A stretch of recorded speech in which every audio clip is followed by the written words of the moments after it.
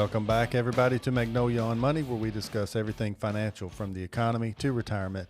I'm Ed Cox with Magnolia Wealth, and today we're going to discuss the Moody's downgrade of the 10 banks, and then we'll talk about the other 6 that they put on kind of a review and they're going to be looking at.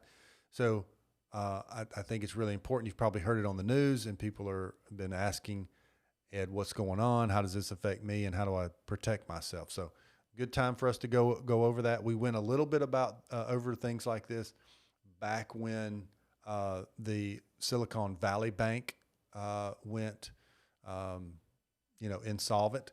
And so a lot of this you may remember from that, but I think it's always good to brush back up on these things, especially how FDIC insurance works and how it's going to keep us protected. So I'll share my screen and we'll move right into what we have to talk about. So what are the reasons for the downgrade? Why did Moody's downgrade these banks? So one of the main reasons is their elevated CRE exposure, or corporate real estate exposure.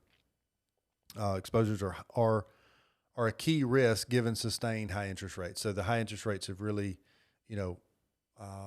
put pressure on this. And the other thing, so higher corporate real estate exposure and elevated loan growth, which has both happened, okay, have historically been correlated to small bank failures. So they're looking at history and they're looking at what's just happened, and they're thinking, okay, well, these are some banks that could be in real big trouble. The other thing for us to look at is the current higher interest rate environment, is knocking down the value of the investments lenders made when rates were super low. So when they were taking all this money, all this loan money, economy was going great, and the interest rates were super low, they were making investments decisions that have not panned out to be, very good investments.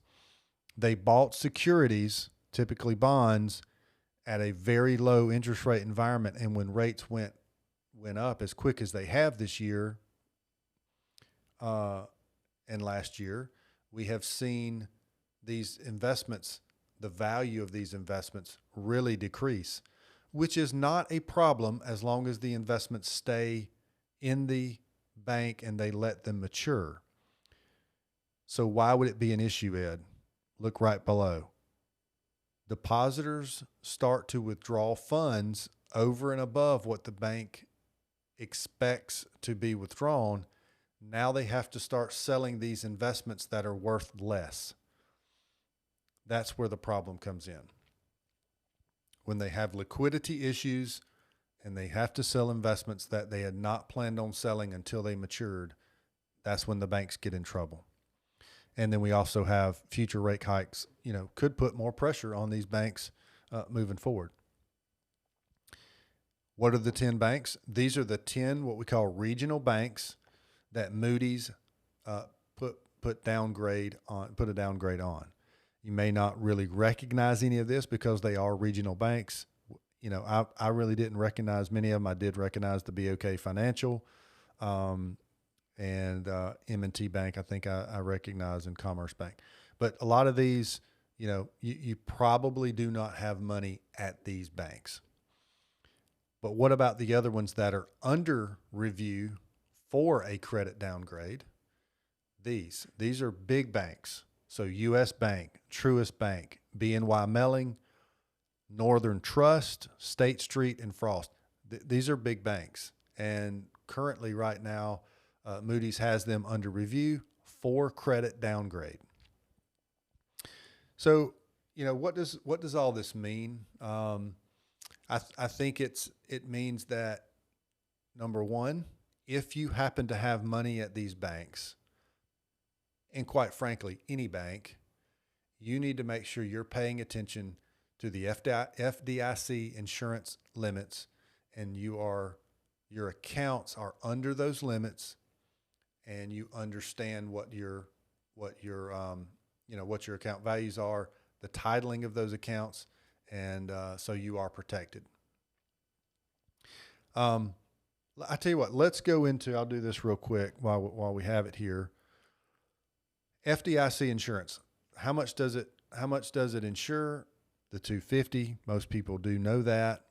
But it is per deposit account customer, per institution, and per ownership category. This is where it can get a little bit misleading and confusing. An ownership category refers to how you own the account. Single account, joint account, is it a trust account, a business account, corporate accounts? There's all kinds of different accounts that fall under different categories. So what this is saying is, if you had, let's take a husband and wife, and they have 3 accounts.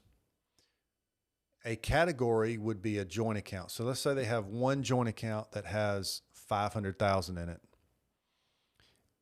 Because it is a joint account, both husband and wife are protected for $250. So that account is protected, $250 for her, $250 for him. Perfect. Then they each have a single account, which are different categories. So each of those are protected $250,000. So they're all fine. Their $1 million in this case they have at the bank is all protected. If they had 3 joint accounts that equaled $1 million, they're only protected only half of the money, or $500,000, $250 each, is protected. The reason is because they have 3 of the same people owning it, the same institution that it's at, and the same category. All 3 were joint. If they had just separated those out, 1 being joint, 2 being single, in each, 1 in her name, 1 in his name, they would have been covered. So that's how that works. My disclosure here, talk to your banks. Make sure the money you have at the bank, all the money is FDIC insured. Each account is FDIC insured. Okay. Just make sure you do that. That's really the gist of today. I want to make sure that everybody's covered. And so if anybody has any questions about this or comments, please, write in. You can email us at team, TEAM, at magnoliawm.com. So that's team at magnoliawm.com. And anyway, I hope this helped. I know, people get worried about the banks and all this. FDIC insurance has shown up when banks over all these years have failed. It was put in place. It's worked. But we do need to do our part and make sure that we have everything titled correctly and we are not over those limits. So I hope this has helped. Y'all have a great week. God bless, and we'll talk to you next week. Take care. Bye-bye.